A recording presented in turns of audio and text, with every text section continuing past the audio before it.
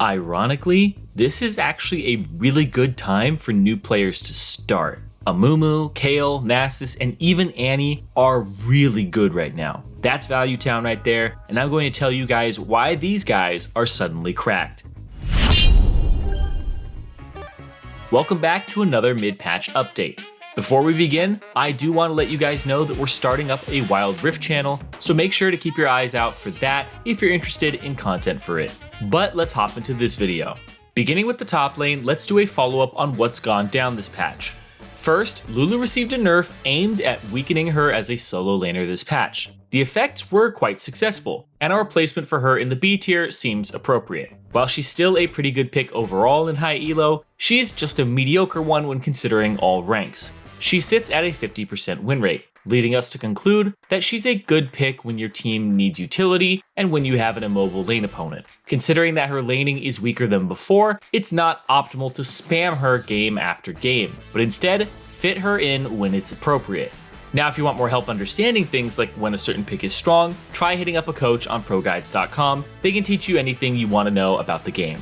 Alright, let's talk about Nasus next. Long story short, we always considered him an S tier pick in low elo, but his success has gone above and beyond this patch. Not only did his overall win rate go up a whole percent, the buff to his ultimate, his win rates around gold and platinum went up significantly. Up until around diamond level, Nasus feels very powerful. In other words, the ranges at which he finds success have gone up significantly as a result of this patch. We've moved Nasus up into the S tier, which is going to surprise a lot of you guys. First up, let's explain why Nasus is so powerful. For one thing, solo queue is extremely disorganized. Low elo players in particular understand that games tend to go a bit longer as a result of this. Players overall don't have the game sense to know how to progress games and end them as quickly as possible. Thus, Nasus players are often able to farm up during that extended game time. What's more is the fact that top laners overall don't really punish the pick as optimally as they can when they're in low to mid elo.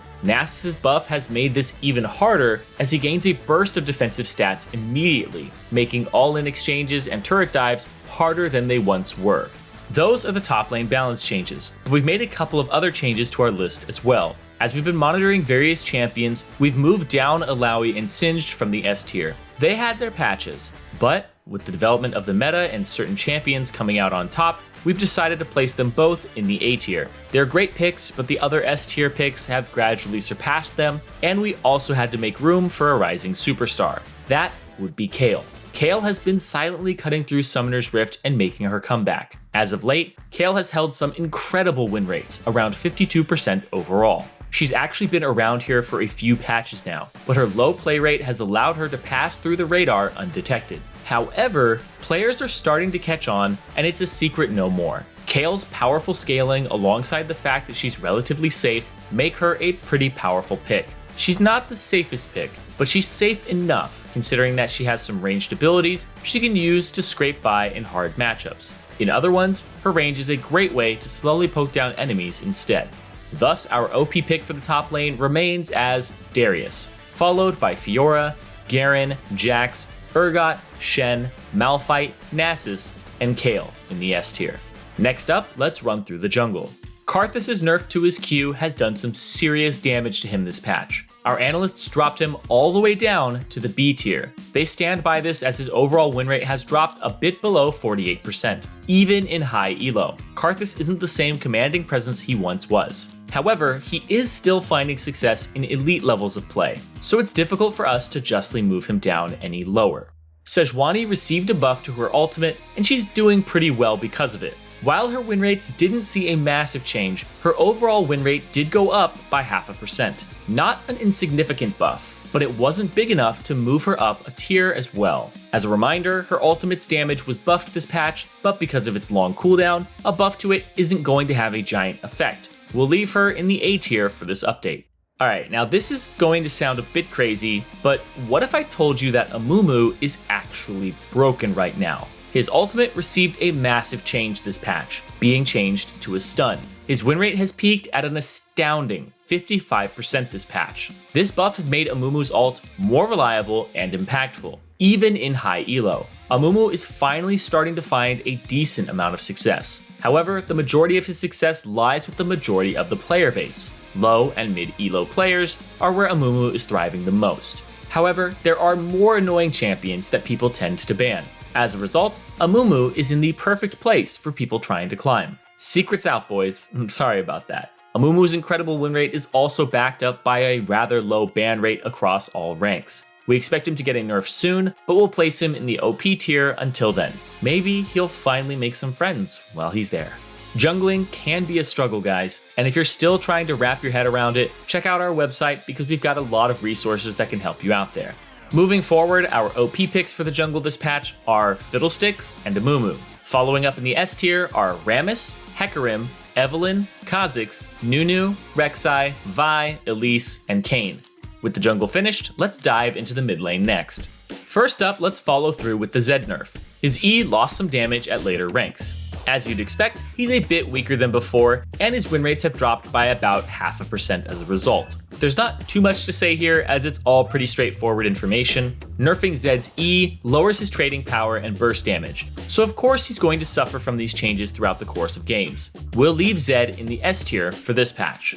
LeBlanc's E was buffed this patch as well, and she's seen a decent increase in her win rate. I know that she feels so much better this patch, especially because her E costs less mana. It feels a lot more forgiving to miss her chain here and there. Overall though, we think she's placed at an appropriate tier and we'll leave her in the A tier. Now I bet you guys want to know how Brand is doing. He's S tier, boys. In high elo, he's a solid pick, but not a great one. However, everywhere outside of high elo, Brand is popping off. The various changes he received this patch have given him everything he needed to start finding success as a mid laner. With all this momentum going for him, we're kind of hopeful he can ride it all the way through and actually remain a viable pick, having some diversity out on Summoner's Rift, and I'm pretty sure he was intended to be a mid laner nonetheless. These changes have been incredible for Brand. Last patch, his win rate was sitting just below 50%. This patch, it's getting very close to 53%, and there's no doubt about the fact that these changes were absolutely massive for him. After all, he can bounce his ultimate off himself now, and his E can bounce to other targets even if they're not ablaze. These quality of life buffs alone have been enough for Brand, and we're happy to move him up this patch. With no other changes to report, our OP pick for this patch is still Fizz, followed by Yone, Vladimir, Zed, Talon, Echo, Diana, Annie, Nocturne, Yasuo, and Brand in the S tier. Bot lane is up next, so let's get to it. Samira received a few nerfs this patch, but her ban rate remains at an all-time high. While our analysts think that she's probably ready to drop into the S tier, her ban rates are still incredibly high at 60% overall, and still well above 70% in high elo. It's hard to tell whether this is an overreaction or not, because she's literally banned in every other game. More than that, actually. Her win rates have actually settled to around 50%, which would lead most people to believe that she's balanced, right? But even with the stats, players don't think she's balanced, for sure, because she's still getting banned left and right. We'll leave her as an OP pick for now, but our analysts will continue to monitor her and assess her strengths if she ever actually makes it past the draft phase in their games. Xayah got buffed this patch as well, and her win rate has increased by a little more than 0.5% overall. Extra attack speed is nice for any marksman, and at least the results were as intended. Right now, she sits on the lower end of 49% win rate, and we'll leave her in the B tier for now. Ashe received an adjustment this patch to her volley, causing the number of arrows shot out to scale with ability level. While we've seen her win rate actually increase as a result of this change, it wasn't by much. Overall, Ashe is basically the same champion as before. Her early game is just slightly, and I mean ever so slightly, weaker than before, while the opposite is true of her late game. The changes are very small, and we'll just leave her in the S tier for now. Jinx was buffed this patch to have her trap deal instant damage instead of damage over time. Her win rates went up by a rather significant amount this patch, and we'll leave her in the A tier this time around. The buff was nice for sure, but overall her damage output wasn't increased. Our OP pick for the bottom lane is Samira, followed by Caitlyn, Ashe, Jhin, Draven, Ezreal, the Lux and Sona duo, Miss Fortune, and Vayne. Finally, let's wrap things up with supports. Annie saw big changes this patch, aimed at helping her out as a support. Given her ability to flex into the mid lane, we've gone ahead and placed Annie in the A tier. Overall, she's sitting a little bit higher than 50% in terms of her win rate. She seems like an effective support pick, but where she still shines is in the mid lane. The increased income allows her to build more AP and get the job done more effectively as a result. However, the changes to Annie's shield allows her to find a lot of success in the bottom lane as well now. Having the ability to shield an ally works out especially well with the Summon Aerie rune. Since Annie likes to build AP, she's able to shield allies and also have that AP scale into Aerie's AP ratio when she's helping an ally out. The result is a bigger than expected shield, and at the same time, Annie's support can still deal an okay amount of damage. While Seraphine was designed to act as both a mid laner and support, players have taken to her as a support following her release. She's rather new, so we'll hold off until the next patch to place her. Tentatively, our analysts do think that she's an S tier pick, however. The immense amount of utility she provides makes it pretty hard to not be impactful with her. Seraphine's ultimate is an incredible playmaking tool, while the rest of her kit provides a nice blend of various utility. Less than a week after release, players are starting off with a 48% win rate with her. For a new champion, that's actually very impressive. We might be used to crazier things like Set or Samira starting off even stronger, but those are cases where the champions are significantly overtuned. Seraphine might not be putting out those same results, but having a 48% win rate upon release is actually very impressive. As players level up and get better with her, her win rates will naturally rise, and we believe that she's likely to need a nerf very soon.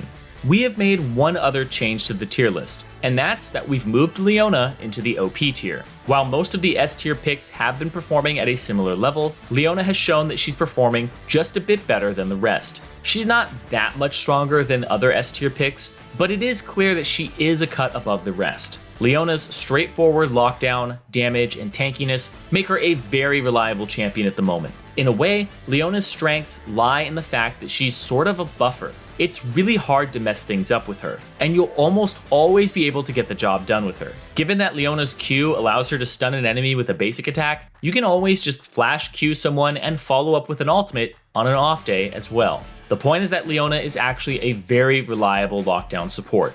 Thus, our OP pick for this patch is Leona, followed by Lulu, Blitzcrank, Soraka, Bard, Morgana, Nami, Janna, Alistar, Lux, and Swain in the S tier. Alright, that concludes this mid-patch update. Thank you guys so much for watching, and like always, we appreciate your continued support. Make sure to check out ProGuides.com to help you out with that final push for the rank season. With the season coming to a close though, I really do wish you guys the best of luck in your games, and hope you can hit the ranks you're aiming to. Catch you guys in our next video.